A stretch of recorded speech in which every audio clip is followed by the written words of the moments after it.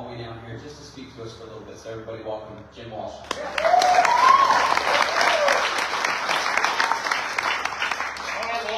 Thanks, Matt. Thanks, Rob. Thanks, everybody who's been involved in getting this put together. A lot of people would say, why is it important that we talk about a charter review commission?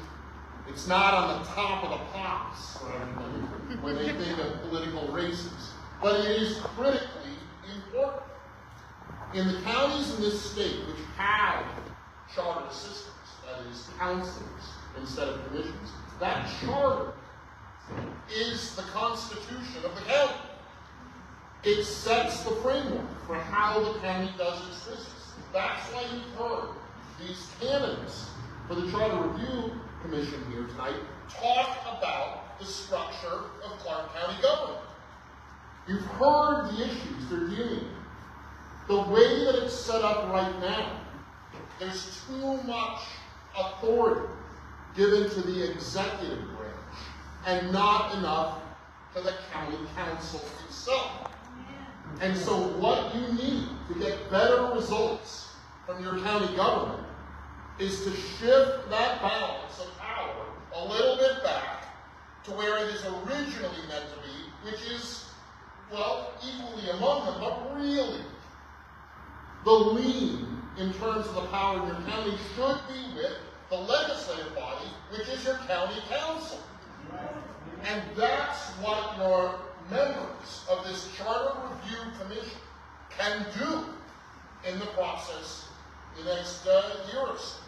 That's why this election is critical. And you've heard them talk about the issues that will define what they try to do when they get on that commission. These are issues which touch on all levels of government.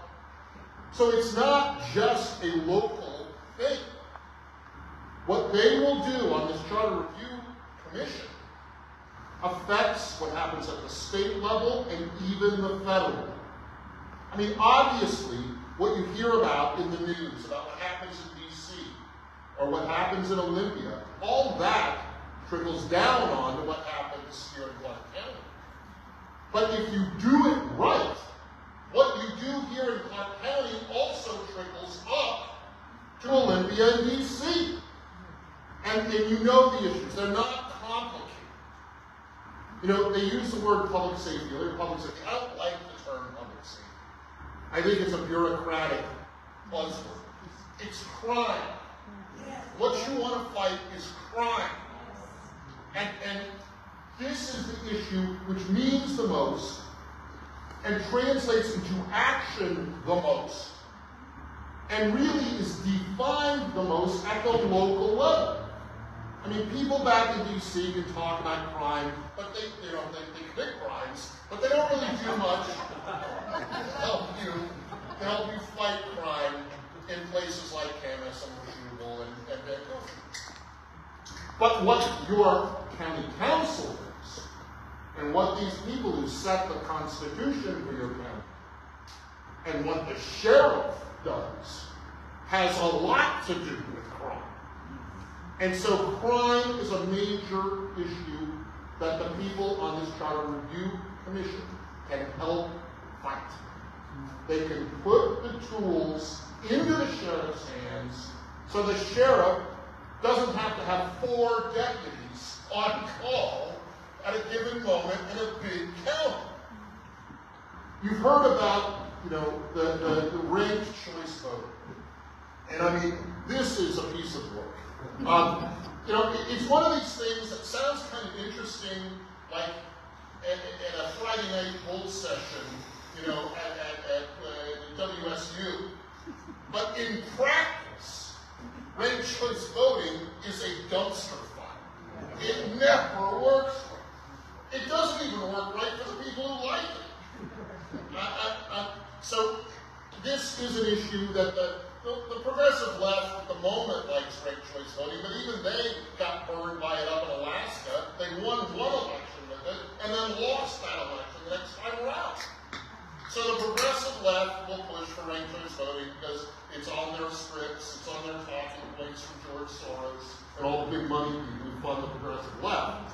But the truth is, it's not good election policy. You know, and this affects, again, it's not just what happens here in Clark County. This affects what happens in Olympia. This affects what happens in D.C.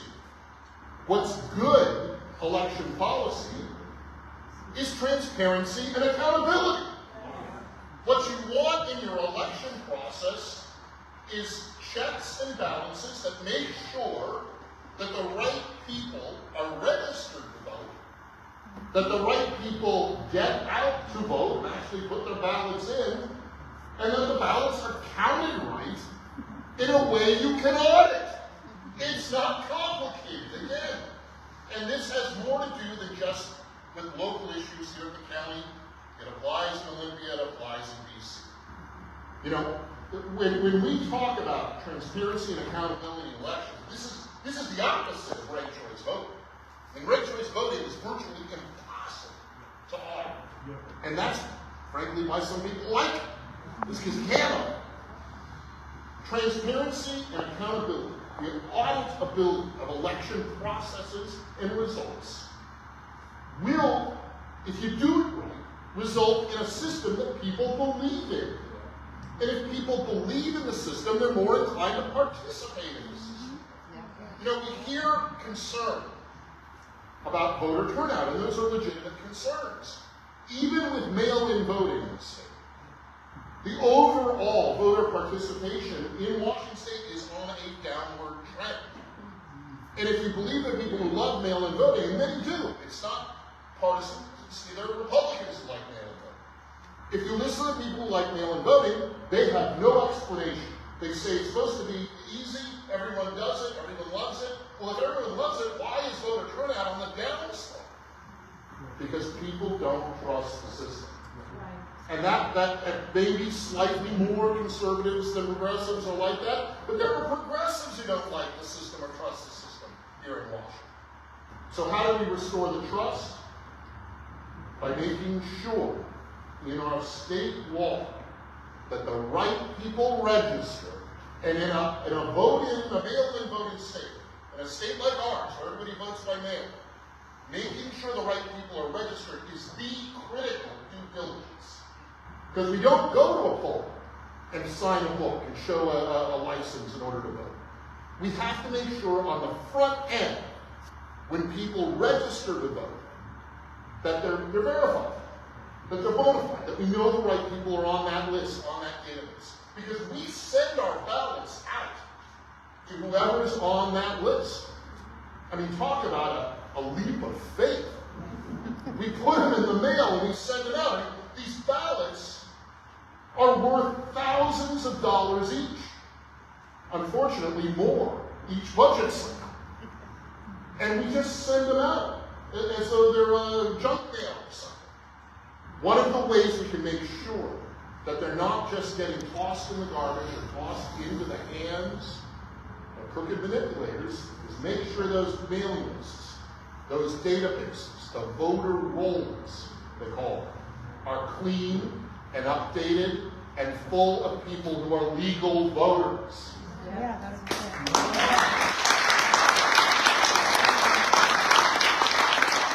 This is an issue you'll deal with at the county level, at the state level. And then you hear about budgets. My goodness. I mean, it's true. At the moment, your county doesn't have a requirement that its budgets are balanced. That's shocking. I mean, one of the good things we have in this state is we have a requirement that state budgets are balanced. Now, we play all kinds of games with that, but at least that standard is there. And it's something that needs to be emphasized over and over again, because if you allow the fiscal house, the budgets at the county level, at the state level, at the federal level, to go unchecked, to get out of balance, then you have the system we have right now in this country, this state, and even this county, where we spend too much, we get too little, and we run constant deficits. Even at the county level, where we're, the county level and the state level, careful, because in this state, we're supposed to run balanced budgets. We don't. We play all kinds of games. We hide fiscal commitments beyond the looking forward period, beyond the current budget cycle, beyond even the model cycle, which looks out 4 or 5 years ahead. We kick the can down the road, and we spend. And of course, at the federal level, it's worse. We run structural deficits every budget cycle. We don't even do budgets anymore at the federal level. All they do are the reconciliation bills. The last one was the big beautiful one. Look, it's fine. It does some good things. But if you step back, the federal government isn't even doing proper budgets. All they're doing are these Band-Aid temporary bills. And they can be better or they can be worse, but they add to the structural imbalance in spending. Why are your property taxes going up so much? Your property taxes are going up so much because we have structural imbalance in this state and in the local jurisdictions, which can add their little piece to your property tax bill. And there's no check and balance. We are running structural deficits. We pay for them with an ever-increasing property tax base here in Washington. Some of you have heard me say before, in Washington State, when it comes to property taxes, the tail wags the dog. The government decides how much money it needs first, and then your property tax bill is determined based on what the government needs. That's not the right way to do it. In other states, your property bill, your tax bill, is determined by some kind of market value estimate of your piece of property. And then the government is told, here's our projected take from property taxes, make your budget fit inside of that. We can get back to that too by changing the Constitution at the county level and at the state level. And Lord knows what we need to do at the federal level. I prefer not to touch the Constitution there, it's pretty good.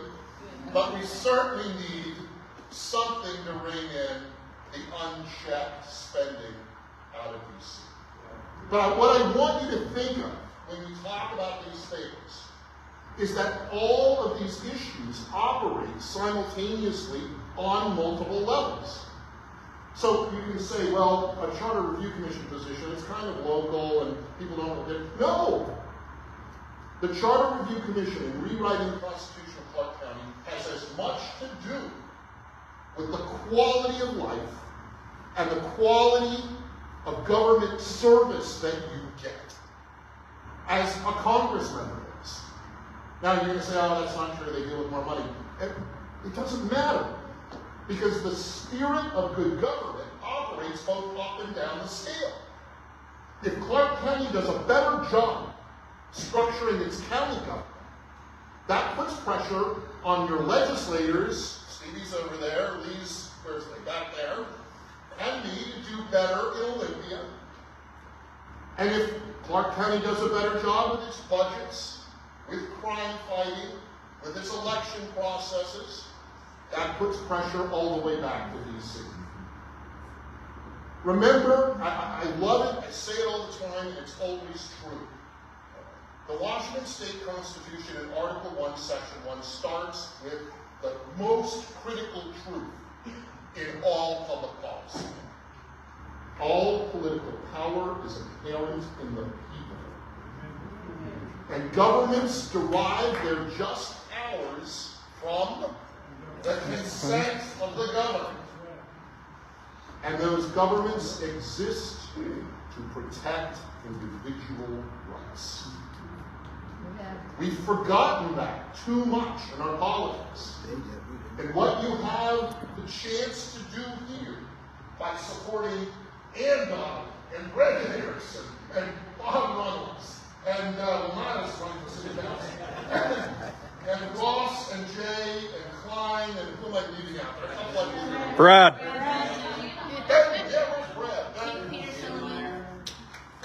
By getting these people on that commission to rewrite the county are beginning the prairie fire of liberty and good government and transparency and accountability that we need to go from a local brush fire to a true prairie fire to a wildfire of the good kind, of good government and righteous action and accountability to the people where all political power is in.